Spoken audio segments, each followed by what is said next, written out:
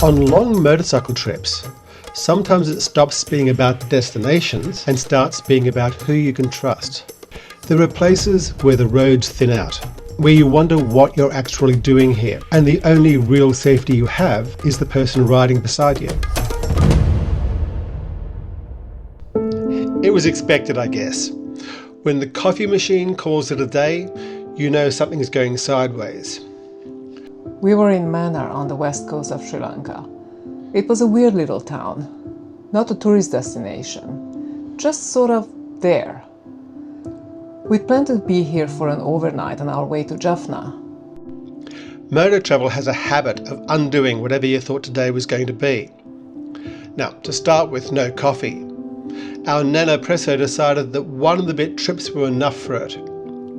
We were considering this when Dharma stopped. I noticed David's leg was a bit swollen and red, so I insisted we go to the hospital. I insisted we not. Guess who won? I got checked in quickly. They ran tests, they ruled out the exciting stuff. Not a blood clot, not immediate collapse, which is always nice to hear. What they couldn't quite tell me was what it was. Possibly cellulitis, possibly an infection, possibly something else that lives in the broad and unsatisfying category of we'll keep an eye on it. Hospitals are strange places at the best of times, but this one felt especially in between, liminal, not quite here, sticking around Mannar, and not quite there on the road where we wanted to be. There was no soothing colour palette, no motivational posters, just concrete floors, fluorescent tubes, and people quietly getting on with the business of keeping other people alive. We were eventually seen by the senior doctor, who mostly wanted to talk to me about cricket. If your doctor was relaxed enough to talk to you about sport, things are probably not spiralling. And so we were discharged. For a day in hospital, tests, scans, medication, care, it was about $60. What stuck wasn't the money. It was the feeling of being briefly untethered from the idea that we were on a trip. We weren't riding, we were waiting. And I think that was the small crack in the illusion that the ride was going to unfold according to any sort of plan.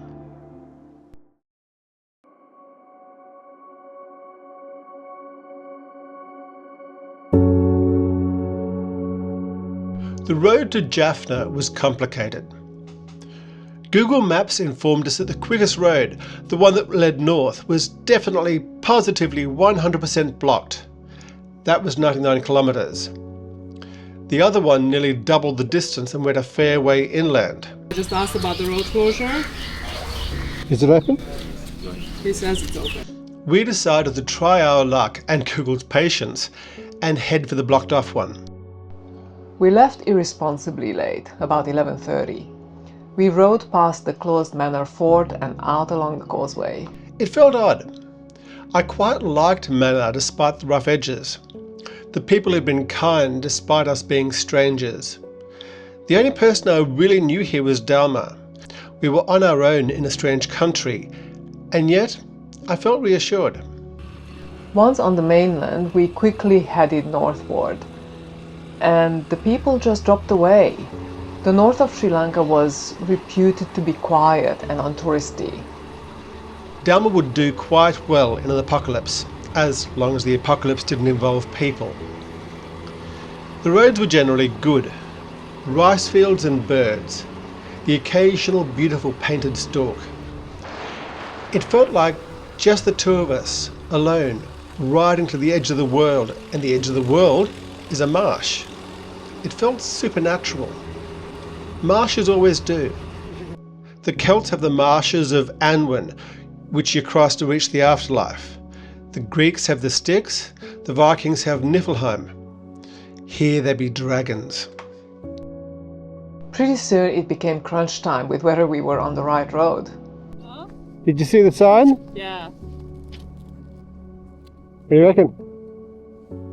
The closure appears to be just on this segment, the next kilometer or two. Well, let's see how it goes.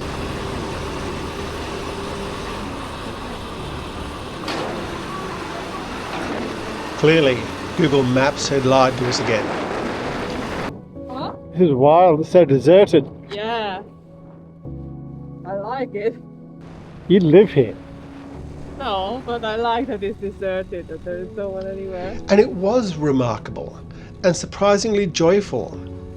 Open marshland gave way to tree-lined roads, but not more people. Just the two of us, in a part of the world where humans obviously lived, but didn't live obviously. Rice fields danced and houses stood, but as far as humanity was concerned, it was just us two. Closer to Jaffna, the wind arrived. Not dramatically, just enough to turn forward motion into a negotiation. Anything over about 50 or 55 kilometers an hour felt optimistic. Progress stopped being something you assumed and started being something you agreed to. Still, the light was good. The scenery was wide and it felt like the right way to arrive somewhere. Not fast, not triumphant, just gradually. Traffic thickened as we got closer. More horns, more movement, less quiet. Later, when we strolled around the city center, it revealed its fuller personality. Louder, denser, more insistent. Closer to Indian rhythm and feel than anywhere we'd been so far. Yeah, I know. We bought some rain gear. But the ride itself stayed with me. Delayed by illness, carried by empty roads, shaped by wind and uncertainty. Not the journey we planned, but very much the one we were given. We hadn't arrived in Jaffna. We sort of drifted into it. And the next day we went riding again. Not to get anywhere, just to see what happened when we didn't try to.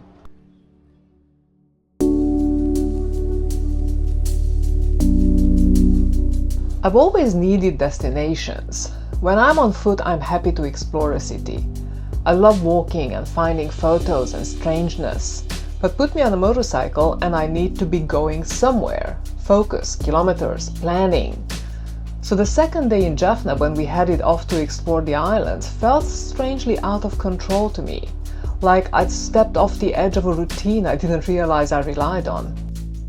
Jaffna is just barely on the mainland, by virtue of some marshy linking bits.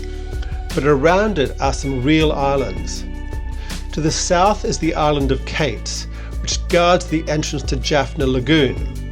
North of that was Kareitvu and south was Pungudutivu. Offshore were the islands of Nainativu and Delft, stitched together by causeways and ferries. To me they sounded like islands from a book by Ursula Le Guin. I couldn't wait to see them. It was a cold, grey day threatening to rain. It felt like the right weather for exploring unknown islands. The island of Cates is connected to Jaffna by a two-lane causeway that again blurred the line between land and water.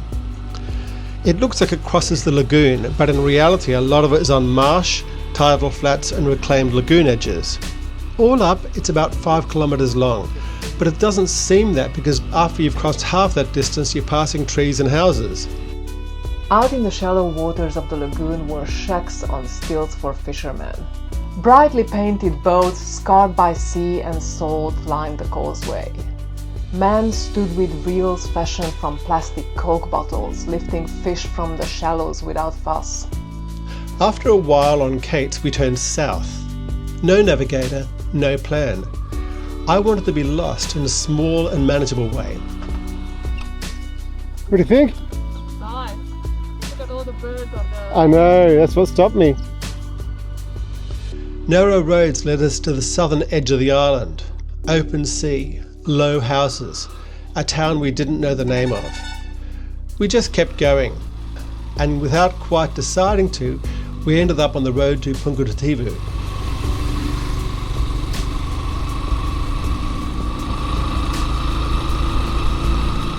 The causeway was long, 5 kilometers of ruler straight road in the middle of the ocean. No fence, barely any shoulder. On light bikes you feel everything, and the wind pushed at us. Meeting a truck out there felt significant.